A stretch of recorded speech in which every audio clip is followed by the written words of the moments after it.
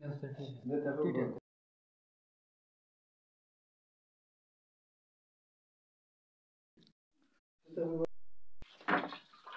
بنن تاسو موږه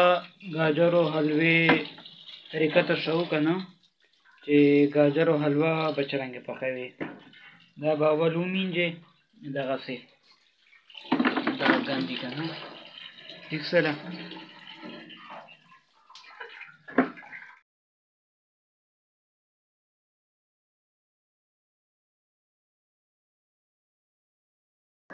دا به اوس موږ صفا کړو پوه شوې دې صفا کوم دا یې ګرۍ ټیک سره دا دوه طریقو باندې پخېږي. دا یې شارټکټ اسانه لاره ده چې اسانتیا سره پخېږي. ډایرکټ سپینول دي او په ماشین وال دي او بیا پخول دي. او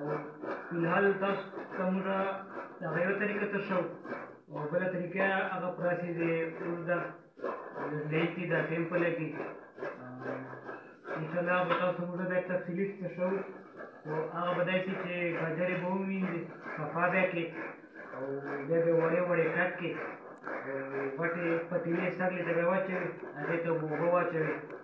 بیا به هغه ښې مقدار یې ګرمې شي بیا مینځي بیا به یې راواخلي بیا به تاکه واچوي او کومې ډالۍ چې ګول ګول به تاکه کړي هغې ته به په لاسو باندې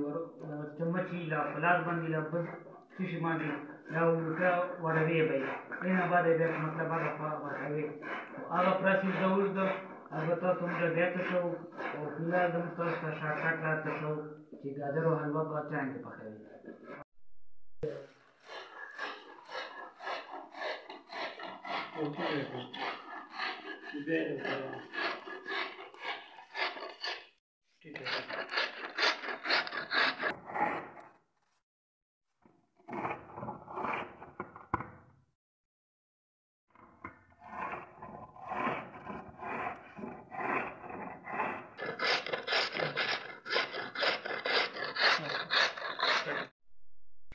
او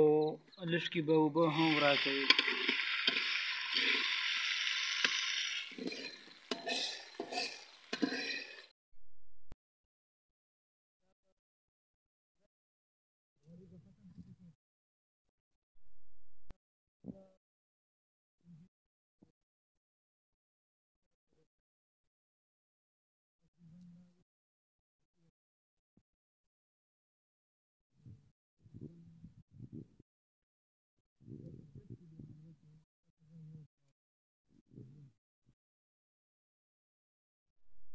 موږ سودې ور واچوو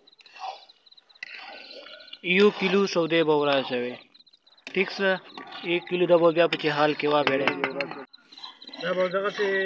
حل کوي به چې سودې مو ور اچولې که نه دا بیا داسې نوره لږکې سخته شي دا بیا سودې پکې حل شي میکس شي پکې بیا په خوږوالي باندې وچکې که خوږوالی ټیک و خوږې وي سویټ و نو بس بیا ټیک دي او که خوږې نه وللې به لږکې چیني ور اچوې او که 1 کیلو نه دې زیاتې ور اچولې 1.5 2 کیلو نو بیا دا نوره ښه مزداره برابرېږي بیا نوره مزه کوي. دا بیا موږ وچکو که خوږه نه ولګه نو بیا نوره چیني ور اچوو.